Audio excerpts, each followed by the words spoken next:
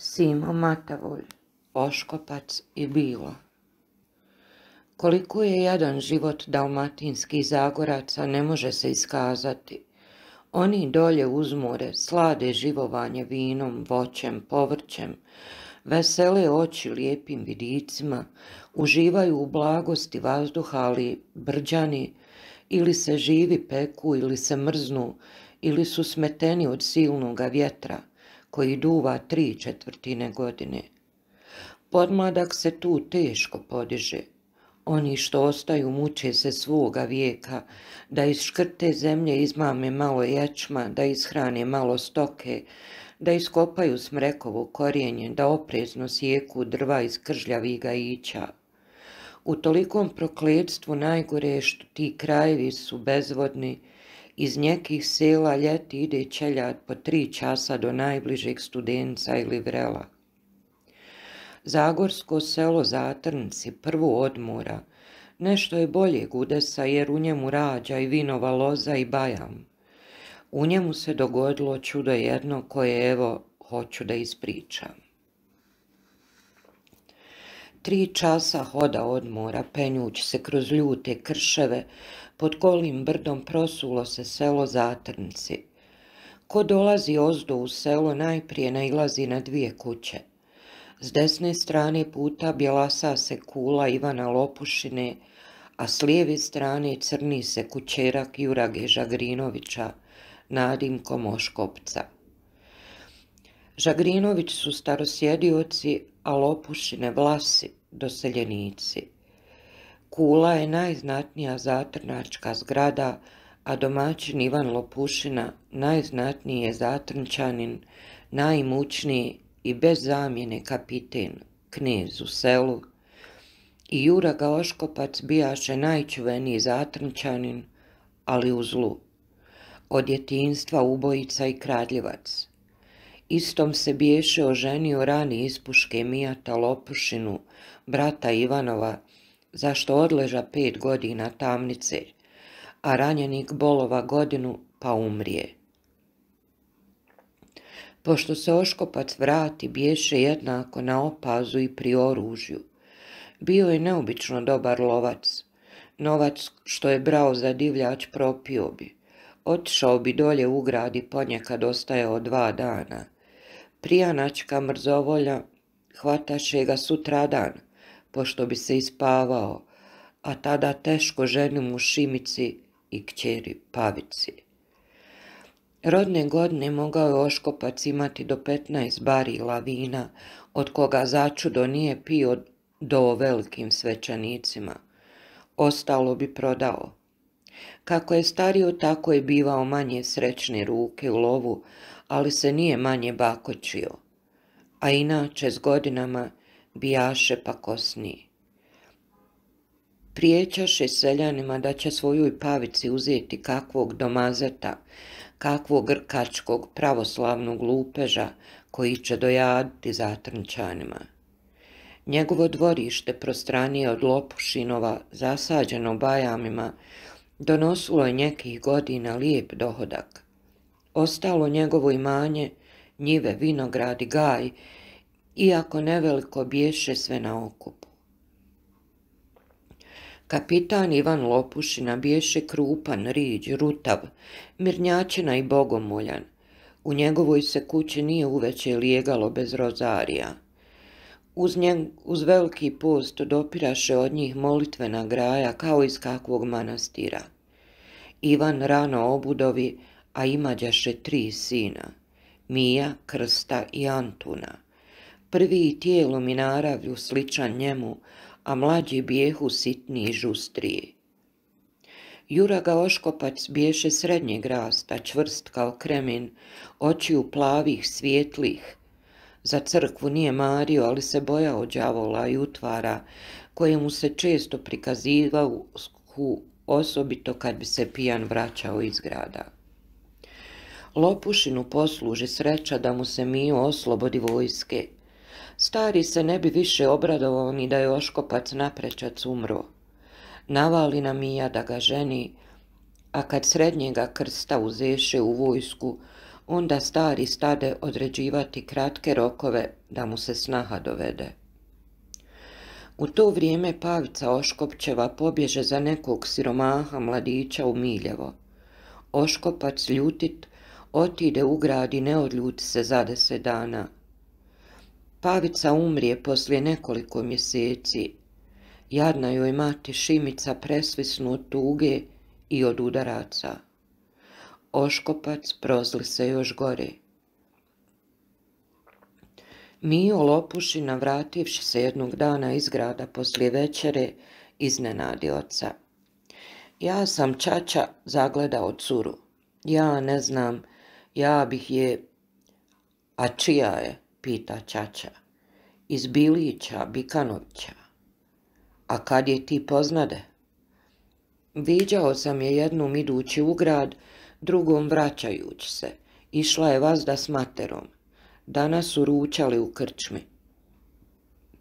Jesi li govorio s njom? A ja, kako bih bez tebe? Govorio sam sa starom. O tome. A ja, onako, kaže zna po čuvenju našu kuću. A cura kaže li šta?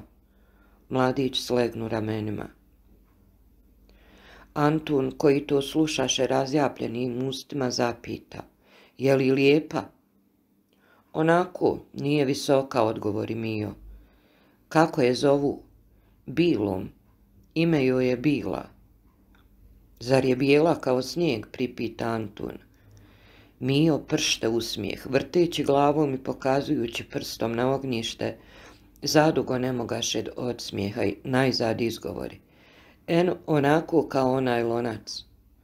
Šta? Onaka kao lonac, pita brat. Crna sva ko Arapkinja. Pa ti se sviđa? A svidi mi se, a baš zato što je crna, a mirna je kao ovčica, to se vidi, a čvrsta je kao kremen, to se vidi, a vidi se da je za mene, eto. Sutradan stari u stajaćem ruhu siđe k vatri i s mjesta naredi Antunu da osamari mazgu, pa pošto ispi rakiju samo reče. Odoh do grada. Braća razumješe da ide da se raspita za Bilu, ali kad se uveče vrati ne mogaše poznati kakve je volje, niti jednom riječu pomenu gdje je bio, niti šta je radio. 4 dana rabotahu u vinogradu sva trojica zajedno po vazdan, a kapiten ne pomenu ženitbe.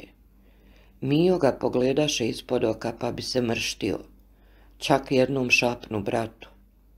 Čekat će zadugo drugu, svetoga mi Mijata. Na osvitak nedelje Ivan probudi starijeg sina. 2 brata spavahu zajedno u kutu prema ognjištu. Stari držaše u ruci staklo rakije pa probudi i zapoji Mijata. Šta to, čača? Pita on. Otac ga zapita šapatom. Ostaješ li pri tome za Bilu? Mijat sjede. Ja, da, po volji mi je. Na to stari izvadi iza pojasa modar rubac, razdriješi rogalj i čvorastim prstima izvadi zlatan prsten i dukat. Ovo je sve pokojne ti matere, Bog joj dušu pomilovao. Bog joj dušu pomilovao, ponovi Mijat. Dakle, da bude svadba u jeseni. Pa može, prihvati Mijat i stade se brzo oblačiti. Tamo u Lučinu, odmah da osamarim Zuku. Antun spavaše duboko. Golobrad i blagih crta izgledaše kao djevojka. Otac ga posmatraše nježnim pogledom pa ga pomilova, na šta momče okrete glavu, a stari podnese mu rakiju pod nos, pa mu poškropi usne i otide smijući se. Vrati se kapitan u mrak dobro napit. Čim odjaha započe klateći se. Neka nam bude srećna mlada domaćica, tvoja bakra. Isusa mi, ja ću je tako zvati, a ti kako hoćeš. Neka ti ostane Bila ako hoćeš, a po krstu je Cvita. Vidiš, babino time, to si znao. I znao si da su Bikanovići u zavadi s Oškopcem. Nijesam, čača, to znao nijesam. Lažeš, sve lažeš kao Oškopac, ali što reče da je čvrsta kao kremen, tu te ne hvatam u laži. Što jest, jest. Nabrekle joj grudi, vratio joj kao u dobre mazge, zubi su joj kao u vučice. Mijat sinu od radosti prekni čaču. Ma čača, ti je kanda nijesi prije danas viđao. Jesam, što lažeš, prošle nedelje kad sam tobože išao u grad. Ti znaš, što lažeš. Ali, dijete moje, trebalo je razmisliti, nije to lako dovesti domaćicu kući Lopušinovoj. Ali evo sad, u ruke svete Gospe, u ruke svetih Ivana, Mijovila, Krstifora i Antuna. Ja sam gladan, htio sam večerati bez molitava, kao živinče. Nijeste još izrekli sveto rožarje. Nijesmo, odazva se s vrata najamnica, neka zdepasta starija djevojka. A i ti si tu, reče stari dobrovoljno, pa neka. Eto, si čula da ženim Mijata. Ako budeš kao dosad, nećeš biti na odmet ni ti. Hajdemo, djeco. Večeras ćemo izgovoriti 2 rožarija, jedno za pokoj duše moje dobre Luce, a drugo za napredak naše kuće. Pa uđe u kuću pa spraga započe. U ime Oca i Sina i Duha Svetoga. Amen. Poodavno su Oškopca počeli izdavati noge, a poslije smrti ženine izradoše ga sasvim, te poštapajući se mogaše se izvući iz kuće. Povazdan sjeđaše na kamenoj klupi do vrata, puška mu prislonjena do njega, a stari kapiten, lisasti lovački pas, ležaše prema njemu piljeći mu u oči. Mazgu biješe prodao, a imanje, osim bajama, dao u napolicu. Povazdan Oškop srkutaše vino, pušaše, razgovaraše s kapitenom. Iz sela mu niko nije prilazio, sjem napoličara i nekog bakule koji mu je po ženskoj krvi biješe rod i koji navijaše ne bi li mu Oškop ustupio sve svoje, a da ga on hrani do smrti. Svakog drugog jutra dolazio je Oškopu njegov pobratim Puzdrak iz Miljevca. Zvao se pravim imenom Jakov Prnjat, ali ga niko drugčije ne zvaše do nadimkom Puzdrak. Biješe visok, malo pognut, već starac, ali čvrsti hitar. Oči mu bijehu bjeličaste s izrazom veselosti i lukavstva.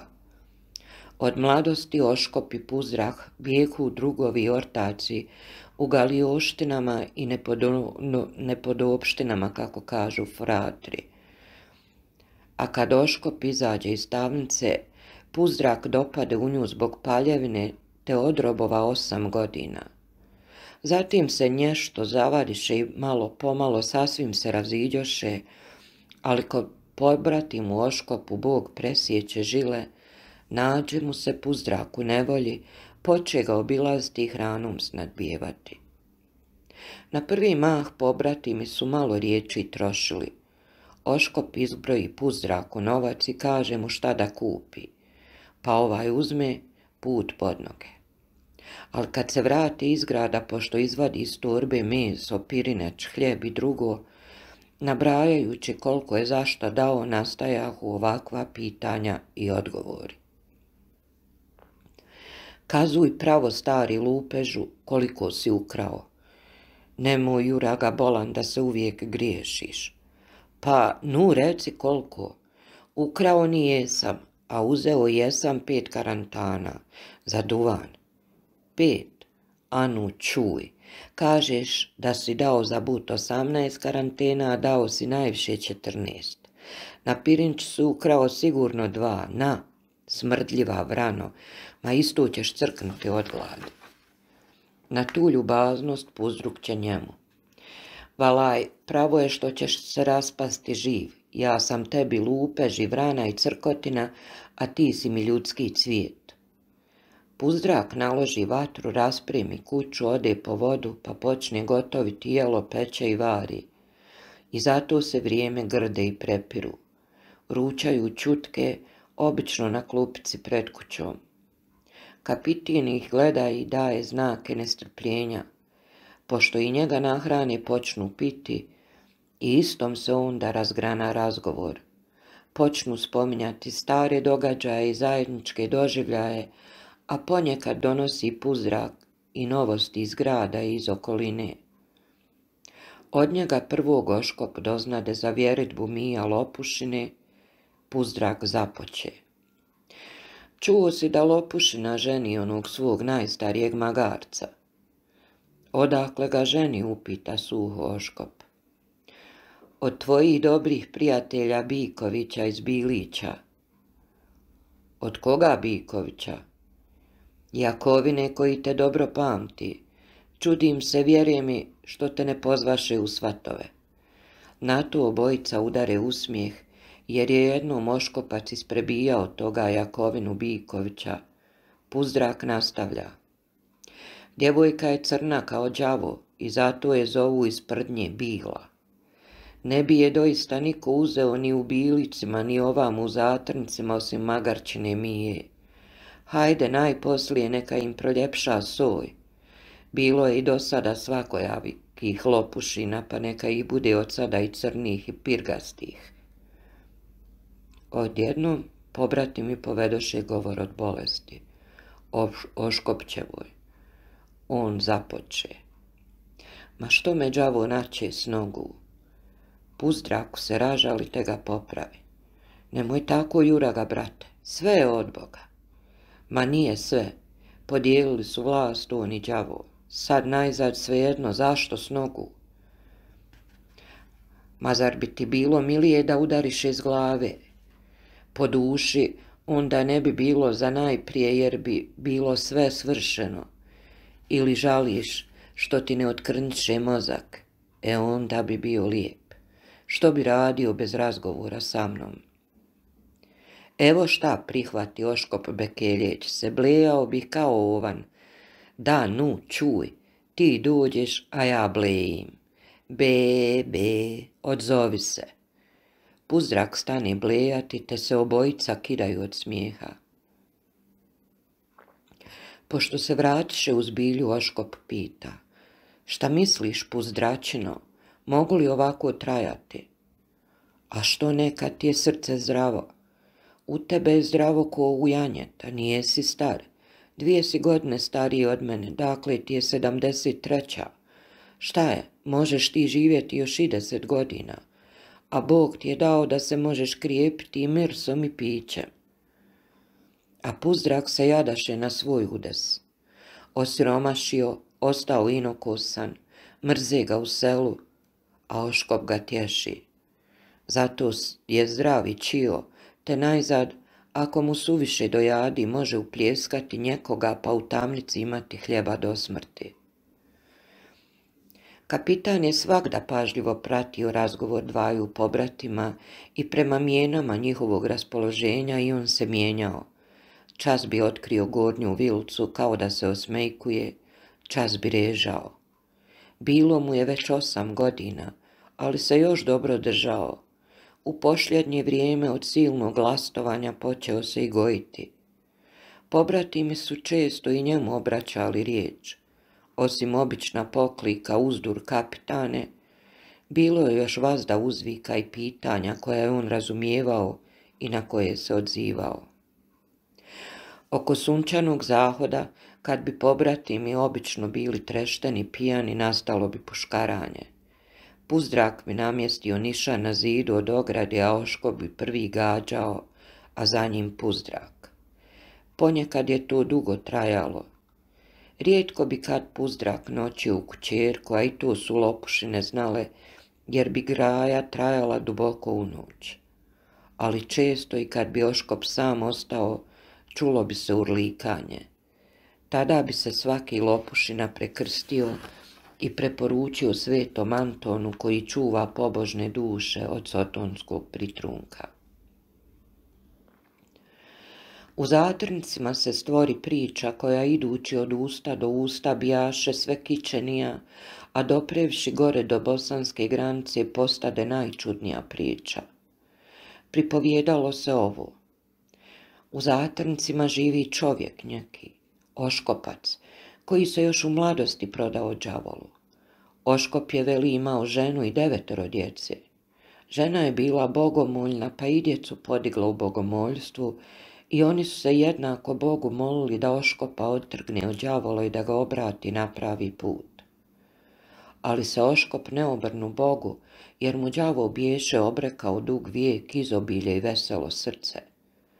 Tada Bog uze k sebi ženu i sve 9 djece redom. Tada se Sotona prikaza Oškopcu i reče mu: Pobratime, sad smo istom pravu svoji.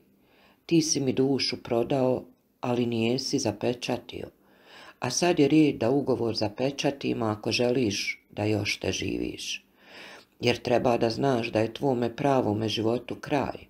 Ono što ti ga je Bog namijenio, a ja ga mogu produžiti, ali samo pod ugovorom da ti uzmem noge. Jer zdrave noge mogle bi te odvesti ka crkvi i pokajanju. Dakle, ako hoćeš da živiš, moraš umočiti prst u svoju krv i pritisnuti ovdje. I nečastivi pokaza mu ispisanu hartiju. Oškopac reče: Daj mi 1 noć da razmislim. Đavo mu dade. Te noći javiše se Oškopcu njegova žena i njegovo 9 djece i stadoše ga moliti da ne sluša Sotonu, te da dođe k njima. Ali Oškopčevo srce biješe odrvenulo te uzoru, kad se Sotona opet javi, rasjeće dlan i krvlju zapečati ugovor. I onoga časa uzeše mu se obje noge. A taj Oškopac ima lisasta psa, za koga se moljaše nečastivom da i njemu doda vijeka. A đavo razvali psu vilce i zadahnu ga svojim dahom, te od tog časa pas poče razumijevati ljudski govor. Još reče Oškopac Sotoni: Pobratime, imam dobra druga u selu Miljevcu, Puzdraka, ti ga znaš. Učini i njega dugovječna, pa bilo pod koju cijenu.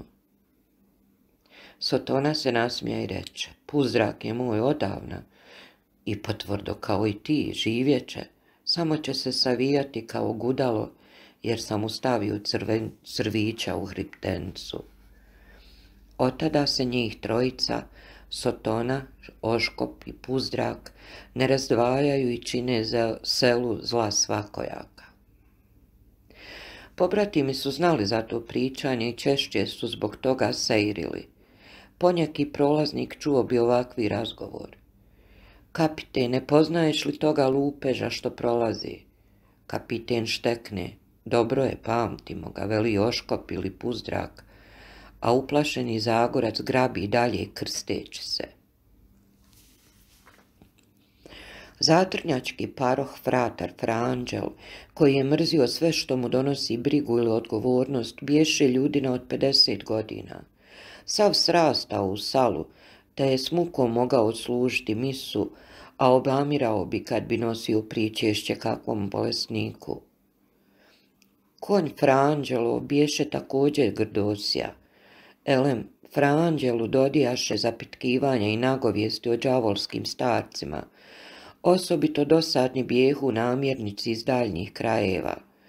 Naiđe neki zaište blagoslov, pa otud dodovud dođe na pitanje: Ma je li istina, pobogu oče, da u vašem selu ima čovjek koji druguje sa Sotonom? Vele, ne rastaje se. Fratar odgovaraše obično: Ma je li istina ovo, je li istina ono? Kao da sam ja onaj ozgo sve znajući. Sve može biti. Zagorac je mnogo pokoran fratru, ali je svaki i Oškopac, te odgovaraju: Ma dobri moj oče, ako ti ne znaš, ko će onda znati? A najposlije što sav svijet kaže mora biti istina. A dobro nije da se onaj nalazi u zatrncima, dobro nije ni za sav kraj, a kamoli za vaše selo. Pa dobro, šta mogu ja? Izmaće se jednom neopreznom fratru. Kako šta možeš?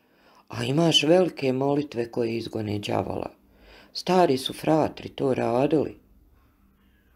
Od tada fra Anđel postade oprezniji i prouči u velikom trebniku obred egzorcizma. Muka je samo što taj obred treba vršiti u domu gdje se zli duh nastanio, a vra se držao one poruke. Boj se Boga, ali i onoga koji se Boga ne boji. Najposlije dozna fratar da se neki parohijani spremaju da ga tuže crkvenoj vlasti, te se odluči da nešto pokuša jednog jutra prije sunca, turi pod jedno pazuho, trebnik pod drugo štit od sunca, pa se uputi ka Oškopcu. Išao je sporo, a u sebi reče: seljaci će se sad čuditi i pitati se, kuda će fra Anđel bez šakrištana, crkvenjaka, i doista zatrnčani koji ga vidješe čuđahu se i pitahu šta to znači. Fra Anđel, koji nije mogao drukčije misliti kad je što mislio, dorazgovarajući se sam sa sobom glasno, pri čemu je uvijek sebi govorio mi, nastavi. Svakako glavna je stvar da selo zna da smo išli k onom prokletniku. Svakako, to je glavno. Jest, ali treba govoriti s njim. A šta ćemo mu reći? Te što nas Bog nauči? Ah, Bože, kad već ne može da nas mimoiđe ova čaša, neka bude volja tvoja. Ali svakako bolje bi bilo da ovoga nema. Tako čas razgovarajući se, čas čateći, iz trebnika išao je fra Anđel, dišući sve napornije, sve većma obasjan žarkim junskim suncem. Kako od sredine sela put ide naniže, Oškopac mogaše vidjeti i raspoznati i dijete kad dolazaše odozgo. Kad ugleda fratra, Oškopac diže obrve. Posljednji put vidio je Vatrinu kad je dolazio da isprati pokojnu Šimicu. Oškopac pomisli da je može biti bolestan neko od lopušana, ali se opomenu da bi u takvom slučaju fratar nosio pričešće, te ne bi išao sam, pješke. Da ga vrag ne nosi meni, zapita se najposlije Oškopac i namrači se. Kapitan koji je pratio njegove pokrete, načuli uši, stade kao zapeta puška. Njih dvojica posavjetovaše se pogledima, pa Oškopac pruži se na klupu rekavši psu, kuš i ti. Anđel vidjevši tu reče: eno prokletnika, sad će činiti vintu da spava, a njegov kapitan može nas ujesti. O, prečista djevice, umudri nas šta da radimo. Ne videći nikoga po polju ni oko kule, lopušinove nastavi, a kao za pakost nema nikoga. I tako, osim Boga i njegovih ugodnika, niko nam se ne može naći u nevolji. Ali nemojte tako, fra Anđele, zar vam je malo pomoć nebeske vojske? O, fra Anđele, zaista je tanka vjera vaša. Ma to jest, brate, slabotinja smo, ali eto, opet, boj se onoga ko se Boga ne boji, ko se s onim udružio. I tako, ščinjajući se, kada dopre do roglja dvorišća, oprezno svrati sa ceste pa se uputi duž zida, dokle ne stižu Oškopcu, koji se bješe umrtvio.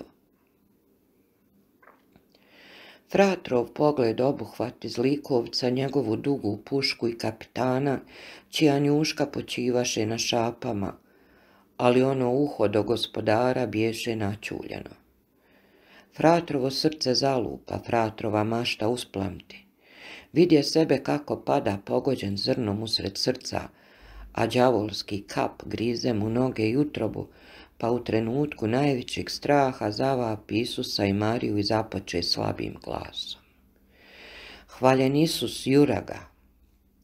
Kap džipi preskoči zid i juriša na paroha koji sav blijed stade se braniti štitom vičući: juraga, molim te, juraga, oslobodi me od psa. Juraga se lagano ispravi, trljajući oči viknu. Ma ko me zove? Ko je to? Ma ja sam, fra Anđel. Oškopac žvižnu, a kapiten se pokorno vrati i leže na pređašnje mjesto. Hvaljen Isus, Juraga, ponovi fratar i dodade, a ti? A eto, a vi? Povrnu Oškop, gradeći se veoma začuđen. A ti, a vi, u onim krajevima znači kako ste, a eto tako. Fratar nastavi. I eto se došetao, ne znam ni sam. Jutros mi dođe volja da se šetam, pa vidih tebe gdje ležiš, pa rekoh, hajde da zapitam čovjeka kako je, jer sam čuo da si nemoćan. Oškopac stade puniti lulu, pošto kresnu drvcem odbacujući prve dimove odgovori. A eto, moj dobri oče, ne služe me noge. Ma šta je upravo?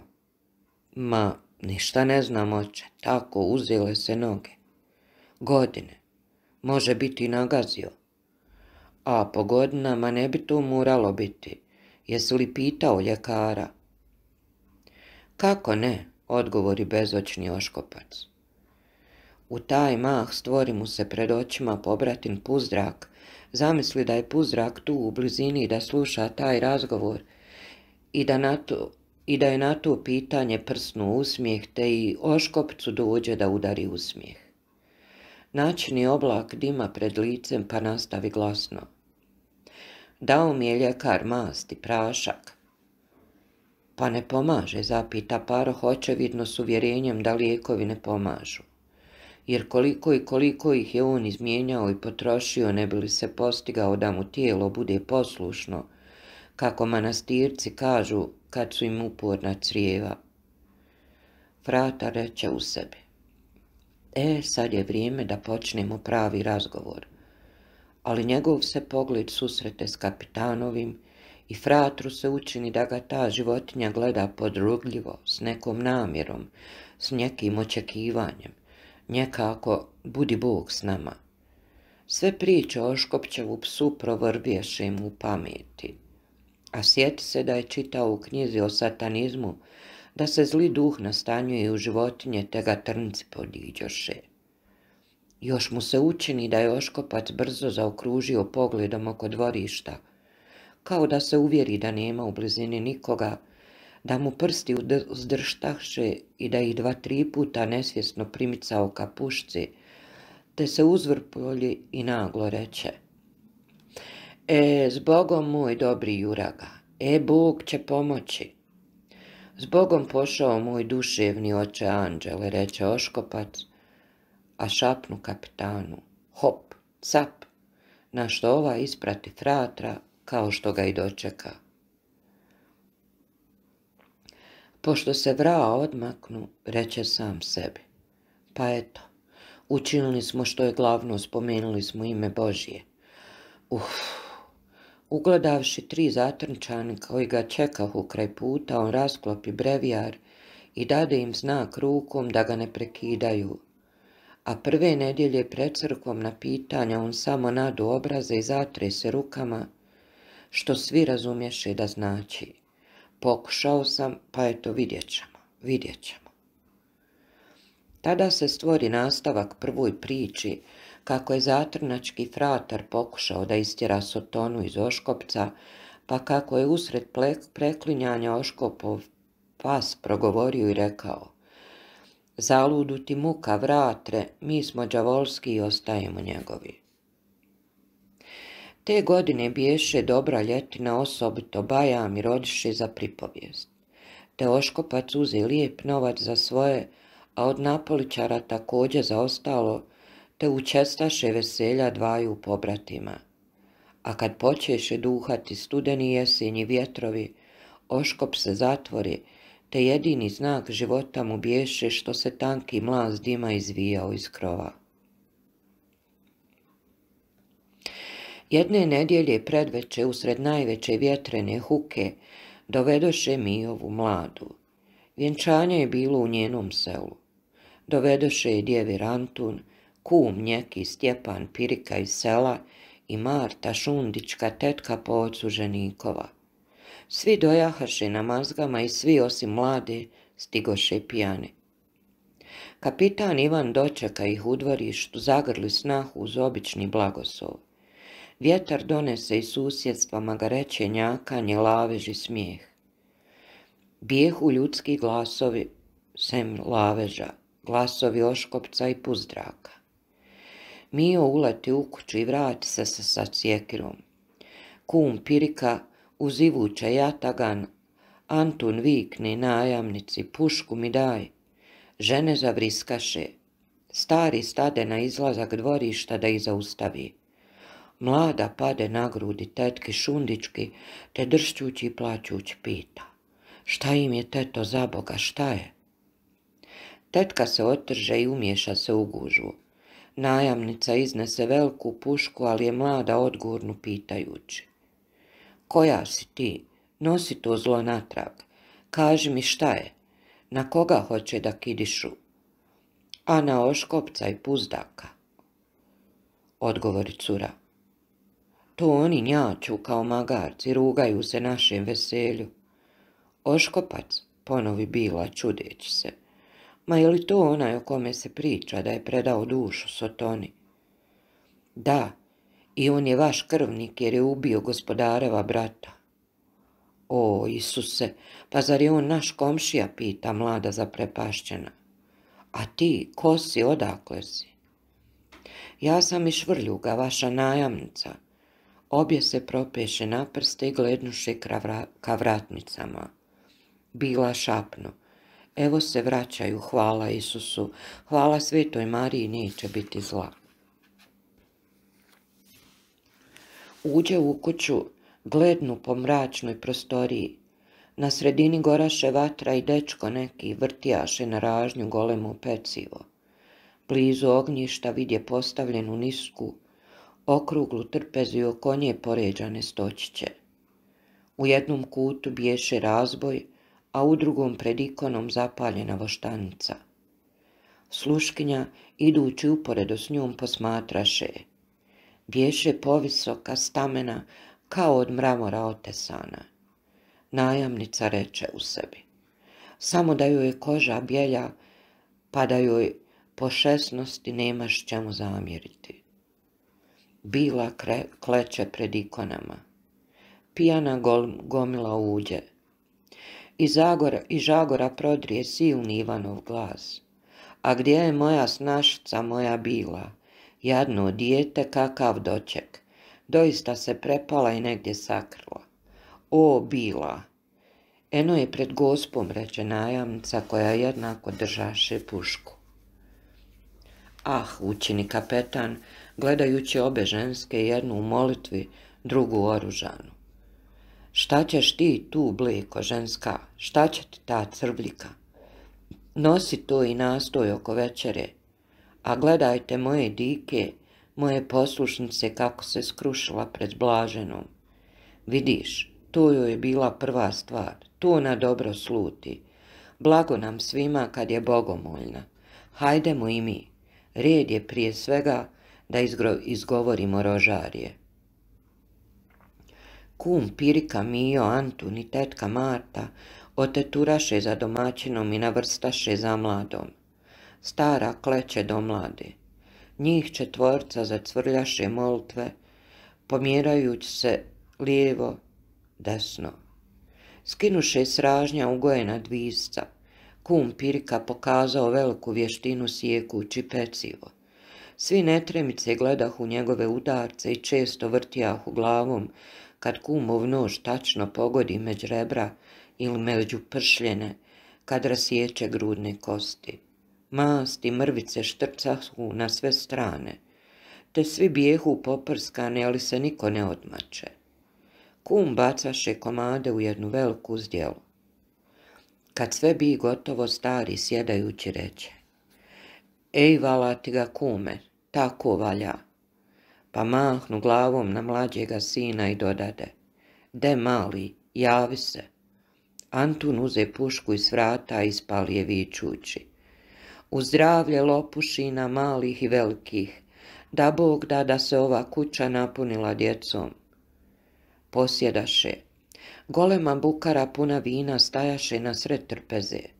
Pred svakim biješe samo po nož i komad pogače, a ni viljuške ni utirača.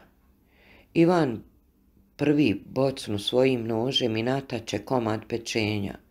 Svi redom učiniše tako, te nestade opšte sporo žvatanje. Mlada nakon nekoliko zalogaja ustade i savi ruke za tkanicom. Najamnica i mladićak jeđahu obaška. Dječak zbojit i zdrav bješe sin nekog siromaška iz sela. Otac mu i on često rabotahu kod kapitana. Najamnica ga zapita. Kako ti se sviđa, mlada Ivice? Ivica slegnu ramenima. Znam, nastavi ona, ali recimo da si za ženidbu Bilije uzeo. Ivica zamaha glavom pa zaklima. Na prvi mah ne bih, a poslije čini mi se bih. Kad se oči naviknu na nju, mila je. O, pametno dijete, šapnu ona zadivljena. Jesi dijete, ali si pametno, vidiš tu je. Sve je običnija, sve običnija. Svak će tu reći. Tako je moralo biti i Miju. Kad je prvi put vidio, sigurno ni pomislio nije da bi je mogao uzeti. Pa mu je ponajlak prionula za srce. O, blažena Gospe, kako su srećne neke djevojke, završi kao za sebe. Kad već svi bijehu siti, počeše vrhovima od noževa rgati kosti. Antun ustade i s puškom stade na prag, očekujući domaćinovu zdravicu. Kapitan Ivan dohvati bukaru i napi kumu. Puška prasnu, mlada se pokloni, kum nazdravi Miju, Miju Antunu, Antun, tetki Marti, Marta, kući Lopušinovoj mladoj, koja zapravo još nije Lopušinova, dodade namigujući. Ljudi zakornjaviše iz zemljanih lulica i onda istom se razveže razgovor. Najprije započne o Oškopcu, a mlada jednako ukrućena slušaše život i djela Oškopćeva, slušaše vjetrenu huku, pogledaše na crvena lica pijanih ljudi, na plamen, na služinčad koja sita i napita drijemaše. Bješe joj hladno oko srca u toj kući među tijem krutijem ljudima uz njihove jezive priče. Bješe na svijet došla s klicom duboke sjete koja se našljeđuje u krajevima nerodnijem, nepitomijem, gdje je rat za život suviše grub, gdje je pjesma nalik na zapjevku, gdje se sva ljubav prema ženi svodi na trenutnu pohotnu požudu. Bješe odrasla u patnjama, u vjerovanju da je život stradanje, da je na svijetu mnogo više zla nego dobra, da je zlo kao u zasjedi oko čovjeka te napada na zdravlje, na dušu, na srce. Tijem je prožeta bila, iako to osjećanje nije nalazilo izraza u njenom skučenom, zbunjenom mozgu, te ga ne bi umjela iskazati, ali ga iskazivaše u mehanično naučenim molitvama, u izrazima kao što su Majko milosrđa, smiluj nam se, spasi nas. Nikad pak to osjećanje nije bilo u njoj jače nego toga veselog večera. Uvjerenje tijeh ljudi da su Oškopac i Puzdrak predali nečastivom, iako je ispuni užasom s druge strane, dođe joj jasno da čovjek i ne može biti srećan i zadovoljan na ovom svijetu ako se ne preda Sotoni. Zgrozi se od te pomisli i obrati suzne oči blaženo i šapnu. Majko milosrđa, smiluj mi se, ne daj me. Djevir je poveće za opreglaču i u šali je zapita. A ti plaćeš za Majom, zaboravit ćeš je do zore. Nevjesta postiđena otide tobože da podstakne vatru. Stari u taj mah reče. Valaj kume i ti, Marta, kolika mi je ova radost, tolika bi mi bila još veća, da đavo već jednom dođe po Oškopca. A ne može prije utanačenog vremena, objasni Pirika. Kažu, Sotona drži riječ, baš kao Turčin. Sve što pljuje na krst, drži svoju riječ. Čudna stvar, ali istinita. To je istina, potvrdi stari i nakon kratka razmišljanja dodade malo nižim tonom. Mene je strah za mladu. Bojim se vražijeg pritrunka. Mi smo prekaljani jer u ovoj hariji živimo od postanja, a ona je nejaka duša. Toga se ne boj, prihvati Marta s pouzdanjem. Bila već nosi u zubunu nešto ušiveno, a ona to ne zna niti treba da zna. Bila ču sve to, pretrnu i u sebi zavapi. Pomozi mi ti, Isuse, i ti, Marijo, budite mi u pomoći. Dugo su još nazdravljali i čavrljali dokle ih piće ne savladate polijegaše. Bila je po običaju spavala između djevera i svekrvine zamjenice. Antun i Marta zaspaše odmah, a mlada se prevrtala, obuzeta stravičnim mislima, uznemiravana vjetrenim trijeskom i lupnjavom. Pred zoru vjetar utoli. Mlada ustade, umise i očešlja, pročačka vatru, uze vučiju i uže pa sjede na kamenu klupu pred kućom i nalakti se na vučiju, sjetna, iznurena. Šundička izađe mamurna i mrzovoljna i nazva. Dobro jutro, mlada. Bila skoči, pokloni se i uze ljubiti tetku u čelo, u oči, u jagodice, u vrat, u ramena, u grudi, u ruke. Tako će po običaju svakoga starijega u susretu za 4 nedelje. Marta je poljubi u čelo i zapita. Jesi li što sanjala prvi put u svojoj kući? Sanjala sam blaženu Gospu, pomoći nam bila. Blago tebi i kući, a šta si vidjela? Ne smijem kazivati. Zapovjedila mi je da ne kazujem. Nu, učini Marta, i to je dobro. Djevir Antun ogrnut kabanom, mimo iđe ih rekavši, hajdemo, mlada, sa srećom. Mlada uprti vučiju, dohvati vjedarce i otide za njim. Prijeđoše seoski put i zaokolišeše dvorište Oškopćevo. Na puškometi iza kuće Oškopćevi bješe gajić velikih brijestova. Tu uđe mladić. Ona se sjeti što joj čača govoraše poslije prosidbe. Imaćeš svega, veli. Kuća je puna, a povrh svega nije tu kao po ostalom Zagorju da se ide na vodu daleko. Bunar ti je pred kućom i nikad ne presuši. Mlada zahiti. Antun zbaci ogrtač, svuče gunj, zasuka rukave, prekrsti se i pruži pregršt. U 3 maha on opra ruke i lice. Ona izvadi iz njedara utirač, a on iz pojasa srebrn novac, dariva je i poljubiše se. Pošto napuni vučiju, djevir je povuče za ruku te sjedoše. On započe. Svašta smo blejali sinoć, je li bila?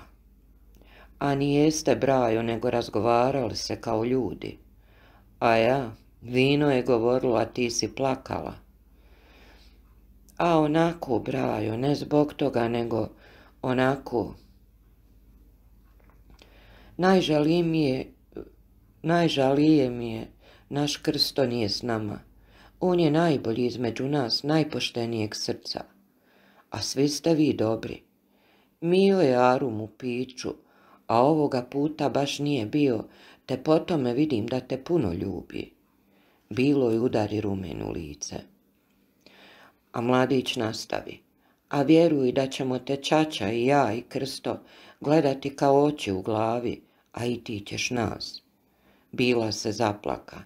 Tako se razgovarahu djevir i snaha, sve dok sunce ne granu. U povratku kad bijehu prema Oškopćevu dvorištu Antun zastade, a mlada se pope na jedan krš.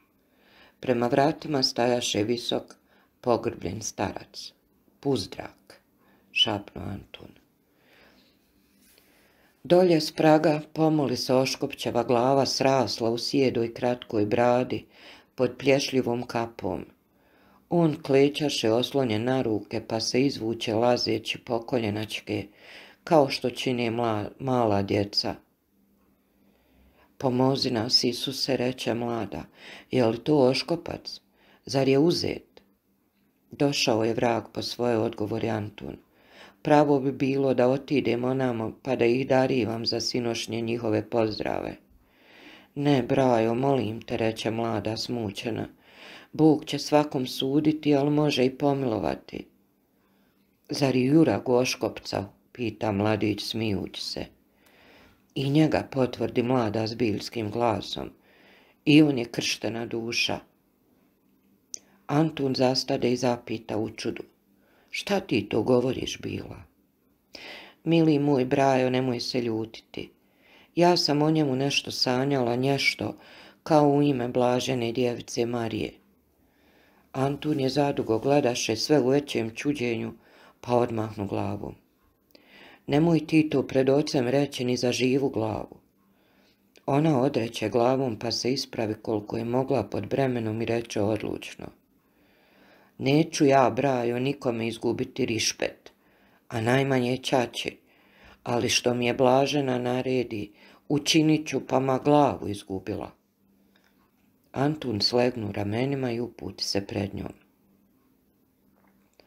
Zatekoše Ivana, Piriku i Martu gdje doručkuju. Antun se pridruži, a mlada stade pomagati najamnici. Poslije doručka ljudi otidoše da protegnu noge po selu, ženske prionule oko ručka. Ivica poče okretati drugog dvisca. Šundička se izvali u domaćinovu stolicu s naslonom, te izdavaše naredbe. Za ručkom se opet nazdravljalo istim redom i obredima kao i za večerom. Oko zaranka Pirika, Marta i Ivica otidoše, a domaći polijegaše ranije. Mladoženja i mlada ustadoše prvi. Njemu je bilo do toga da mu se stari ne ruga. Zato probudi oca i brata vičući i tobože prigovarajući im što dangube. Stari se smijao od srca i odgovori. Eto nas, eto, ranioci naši.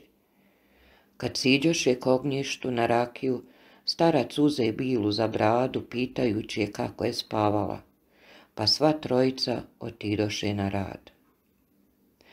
Ostavši sama, Bila izgovori pred blaženom sve molitve koje znađaše, pa otide na vodu. Kad stiže do onog kamena sa koga je dan prije prvi put vidjela oškopca, rasprti vuču i pope se. Stari sjeđaše na klupi, a kapitin ležaše do njega. Bila uze vjedarce s vodom i čvrstim koracima prođe duž zida, otvori vratnice od dvorišta i stade pred oškopcem. On zinu od čuda i pomisli da vidi kakvu prikazu. Kapitan čučnu i razdreli oči. Bila započe. Hvaljen budi Isus i Marija, striče Jaruga. Došla sam, šta, ko, to, zamuca on, većma u strahu nego u srdžbi. Koja si ti, šta tražiš? Ja sam Ina, mlada. Mene šalje blažena Gospa da te poslužim. Ona mi je to zapovjedla u snu i evo slušam je. Pa dohvati vrč s vodom što bješe na zemlju, prosu ustajanu vodu i nasu u jakošnju. Eto, striče, svako ću ti jutro donositi, tu mi je naredila blažena i još ću te poslužiti, a sad s Bogom. To je izgovorila plaho i u zabuni, da je oškopac jedva mogao razabrati. Drugog jutra oškop i Bila sjem pozdrava, druge riječi ne izmijenjaše, ali mu ona očisti i ured dovede kuću. Tog dana uveče Bila kaza svojima šta je učinila i zašto. Kaza prosto ukratko. Bila sam kod starog griješnika da ga vodom napojim, da mu logu očistim. Tu mi je blažena zapovjedla prve noći pod ovijem krovom i od sada ću ga dvoriti i spremati da kršćanski umre. Sinovi svratiše oči na oca, koji sav uzdrhta čuši to. Nasta dugo čutanje u kome se stari nekoliko puta prekrsti. Najposlije reče, ti si Božja duša, s tobom je u moju kuću došao blagoslov. radi šta hoćeš.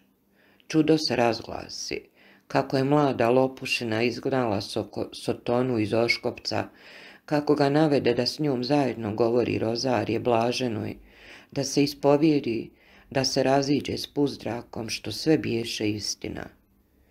Oškopac se pokazivaše pun milosti i poniznosti prema Biloj, a ona ga je dvorila kao oca. S lopušinama se nije otvoreno mirio, ali se već nijesu grdili. Živio je još 2 godine i umrije kao hrišćanin, ostavivši Biloj sve svoje imanje.